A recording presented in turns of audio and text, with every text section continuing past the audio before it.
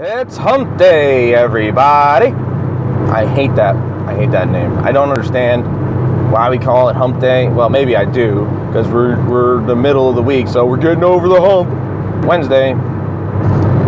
It's a much nicer day than yesterday. The climate actually decided that it wanted to be nice today instead of not knowing what it wanted to be. A very rebellious individual. The only thing I really wanted to talk about today was the shit going on with Modern Warfare Remastered. If you couldn't figure out what they were trying to do when they said, hey, you're going to be able to get Modern Warfare Remastered, however, you have to buy Infinite Warfare. I don't understand why people would be surprised by the fact that, oh yeah, you kind of need the disc to play the game. I get it. You want your game separate. We all do. I would love Modern Warfare Remastered separate. I would pay $20. I would pay $60 to have that game again, to replay it as a standalone game. I do, however, think it's a bit of a shady business practice to go about saying that Modern Warfare Remastered is a separate standalone game when it's not, because it requires the disc to play. Digital pre-ordered games, versions of Infinite Warfare, they don't have to worry about whether they can trade in Infinite Warfare or not and just be left with Modern Warfare Remastered, because it's digital, so they're never getting rid of it. That's why they have a bit of an easier time.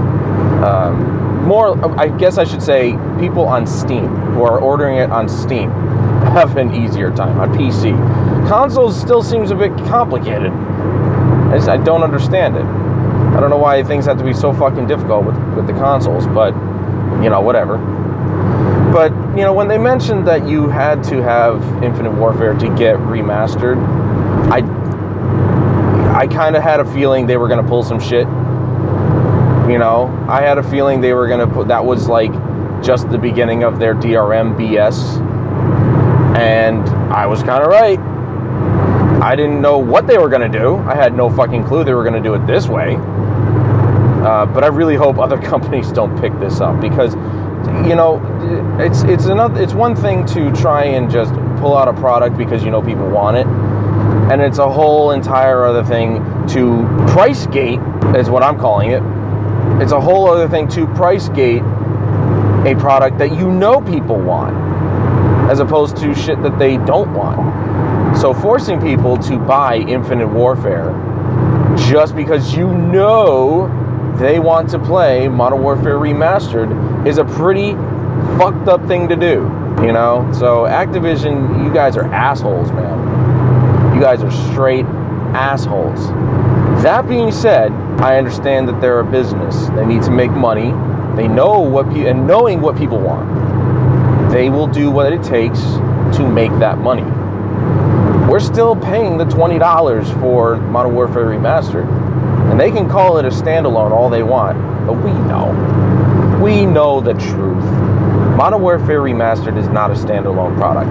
It's required to play it. It is required to have the Infinite Warfare disc in the system if you bought a physical copy. Digital copy, you basically have a separate edition, but you've already bought the digital copy and you cannot return that. So they've made their money. This is their tactic to try and reduce the amount of trading in that goes along with the secondhand market, as they call it, where you trade in a game and somebody else buys it because they don't see any of the profits. And so this is their way of trying to take their business away from GameStop. The only business that GameStop sees is that initial sale, and that's it.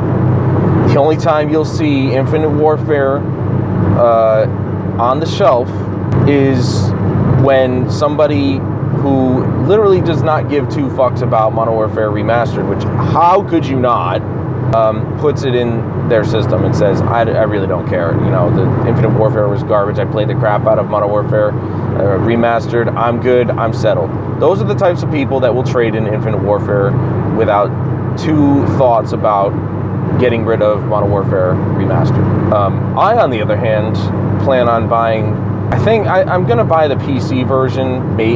I might go with the PS4 version later on, but with the new YouTube channel that I wanted to bring up this year, doesn't look like it's gonna happen, but I wanted to make it up this year. I'm kind of like requiring myself to have Infinite Warfare. Now, the presentation of it at E3 this past year, or this year, I should say, when Sony showed it off, it actually made it look pretty good. I'm not gonna lie. Somehow they made it look good. I'm a huge fan of space-based stuff. You guys know that. And I'm kind of a sucker for that kind of shit. And the fact that Call of Duty's in space, it's a bit intriguing, but it didn't look like it was any different than any other Call of Duty we've ever played. It didn't look very different from like Advanced Warfare. And it's just like, come on, man. We got Advanced Warfare, then we got Black Ops 3, and now we've got this, all looking the exact same way. There's robots involved. This time, the only difference is that now you're in a different theater. You're not on planet Earth, you're in space. I assume for the majority of the time. But the way they showed it off, the way Sony showed it off, I should say, in their conference at E3, made it look pretty enticing, and I'm curious. I am curious, not about the multiplayer. I've said it many times before.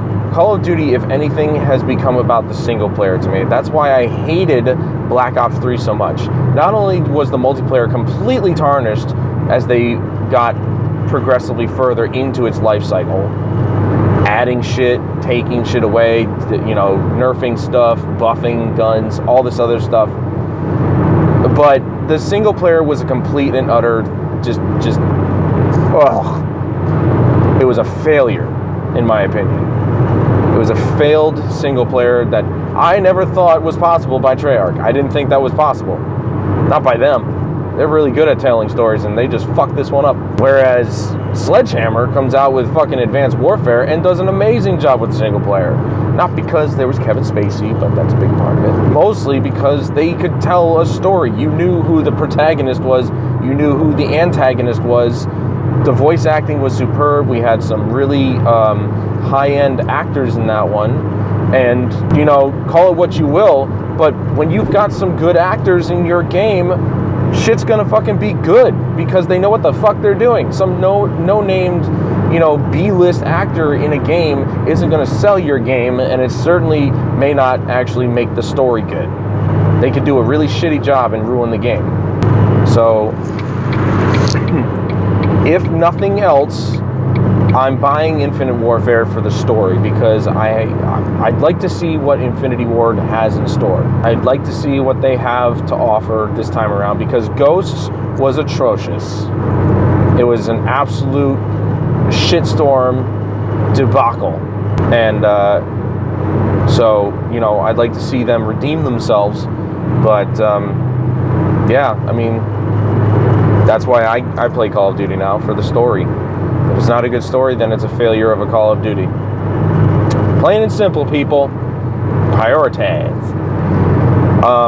And, you know, I would love to, you know, play Modern Warfare, but I'm not gonna spend $80 fucking dollars, you know, for 2 games and just play one of them. I get it. Nobody likes the idea of Infinite Warfare. The trailer, I guess, should have been enough to indicate that nobody fucking wanted it. But that's how Activision had to turn things around. You know, if people liked it, they may not have actually done what they did. They may not have packaged remastered in with Infinite Warfare. They may have actually very well sold it separately. But because they know the absolute hatred for Infinite Warfare, and they knew what kind of love Modern Warfare Remastered would get, they had to do something to sell their new game. Otherwise, they weren't going to see any money. Though, I personally think that Modern Warfare Remastered, Modern Warfare in general, has one of the largest followings in Call of Duty history. So many people still play that game today. So many people want to see it remastered and want to play it again. I guarantee you they would make more money from that than selling Infinite Warfare. But because they packaged it together, now they're going to see even more money. Shitty way to do it, but I see why they did it. We all should have seen it coming, and you people should not be upset about it. There's no reason for you to be upset about that, to even like question why they did it. You should know. You should know. So, enough bitching, people. You knew what was going to happen. Don't deny it. Quit lying to yourself. Quit complaining. Let's just move on with our lives. If you don't want it, don't fucking buy it. Wait. See if maybe eventually down the road, if they make enough money, they'll resell Modern Warfare as a separate game that you can buy for $20 or whatever. Let's wait and see. I'm sure as hell not going to buy Infinite Warfare right off the bat. I've got Battlefield, I've got Titanfall 2, Mafia 3's coming out, I got Final Fantasy 15, I got games coming out that I have, I prioritize way above Call of Duty Infinite Warfare. Okay, and I have Modern Warfare, the original, on PC and on 360. It's not that big of a deal. It's not that big of a loss. And if the rest of you think the same way that I do right now, you'll be happier. But those are my thoughts on it. What do you guys think about what's going on? How do you feel about Activision's decision to basically block off Modern Warfare Remastered entirely by forcing you to buy Infinite Warfare? Let me know in the comments below. And if you didn't like this episode, I'm sorry to hear that you hate Call of Duty Modern Warfare Remastered. And if you like this video, there is a thumbs up button, and of course, don't forget to subscribe. But until tomorrow, guys, I will see you later.